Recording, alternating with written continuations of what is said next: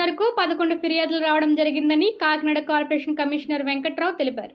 ప్రజా ఫిర్యాదుల పరిష్కార వ్యవస్థ డైలీ వర్క్ కమిషనర్ ద్వారా వచ్చే ప్రతి ఒక్క సమస్యకు సత్వర పరిష్కారం అందించే దిశగా ఆయా విభాగాధిపతులు ప్రత్యేక చొరవ తీసుకోవాలని కాకినాడ నగరపాలక సంస్థ కమిషనర్ జె. వెంకట్రావు సూచించారు.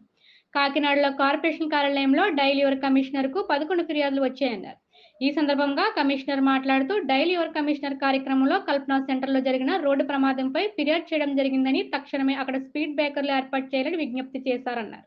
అదేవిధంగా నగరంలోని కుక్కలు, పశువుల వలన అనేక ఇబ్బందులు పడుతున్నామని తక్షణమే వాటి నివారణకు చర్యలు తీసుకోవాలని వారు కోరారన్నారు.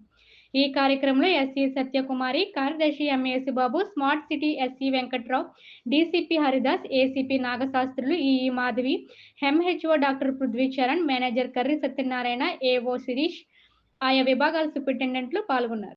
ఈరోజు డైలీ వర్క్ కమిషనర్ అదేవిధంగా public grievance redressal system conduct చేయడం జరిగింది.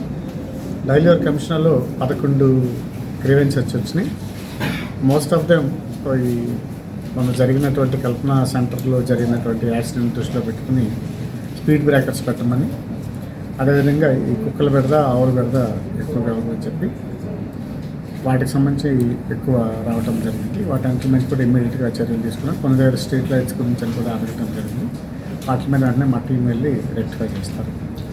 అలాగే ఇప్పుడు ఇక్కడికి వచ్చినటువంటి ఎవరైతే పబ్లిక్ గ్రీవెన్స్ రెడ్రెసల్ సిస్టంలో పెట్టిన వాళ్ళు కూడా ఒకటి కంపాషనెట్ అపాయింట్మెంట్ గురించి అని, మిగతావి ఈ ఏదైతే టిట్కో ఇళ్ళ గురించి ఇచ్చినటువంటి పేమెంట్స్ రిటర్న్ చేయమని చెప్పడం జరిగింది.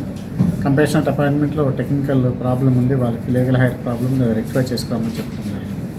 అదేవిధంగా ఏవైతే టిట్కో అడ్వాన్సెస్ రిటర్న్ గురించి సంబంధించి ఎండి టిట్కో నుంచి అమౌంట్స్ రిటర్న్ రావాల్సి ఉంది, అవి వచ్చిన వెంటనే వాటి మీద కూడా చర్య తీసుకుంటామని చెప్పి వారందరికీ తెలియజేయడం జరిగింది.